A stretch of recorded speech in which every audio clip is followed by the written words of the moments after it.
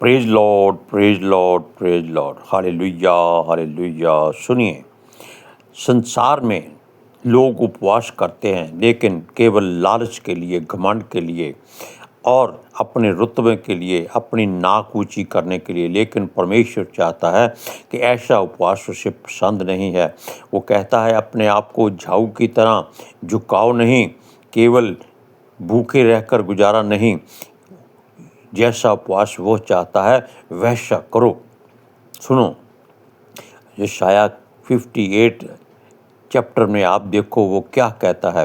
वो कहता है, गला खोल कर पुकार, कुछ न रख, और नरसिंगे का सा ऊंचा शब्द कर।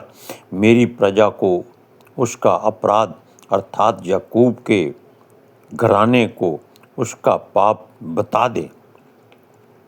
इसका मतलब है कि वो उपवास गलत रखते हैं, ये पाप करते हैं।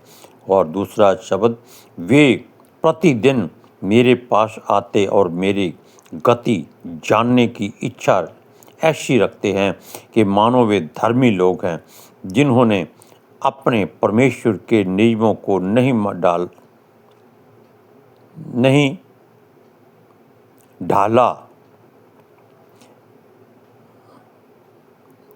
टाला, यानी कि वो ऐसा साबित करते हैं कि हम परमेश्वर के नियमों को मानते हैं।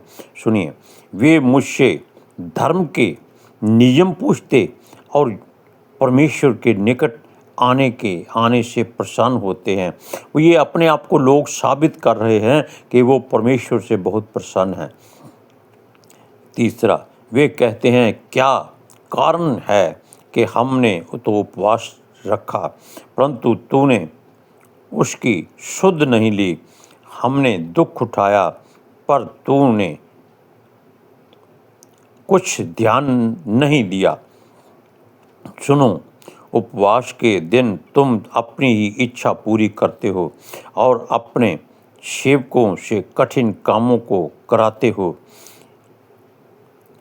ना वे सुनो, क्या लिखा? ये सुनो, तुम्हारे उपवास का फल यह होता है कि तुम आपस में लड़ते और झगड़ते हो, दुष्टता से घूंसे मारते हो। जैसा उपवास तुम आजकल रखते हो, उसे तो तुम्हारे प्रार्थना ऊपर नहीं सुनाई देगी, जिस पर उपवास से मैं प्रसन्न होता हूँ, अर्थात जिससे मनुष्य स्वयं को दीन करे। क्यों तुम इस प्रकार करते हो? क्या सिर को झाऊ के समान झुकाना, अपने नीचे टाट बिछाना और राख फैलाने ही को तुम उपवास और यहोवा को प्रसन्न करते हो का दिन कहते हो?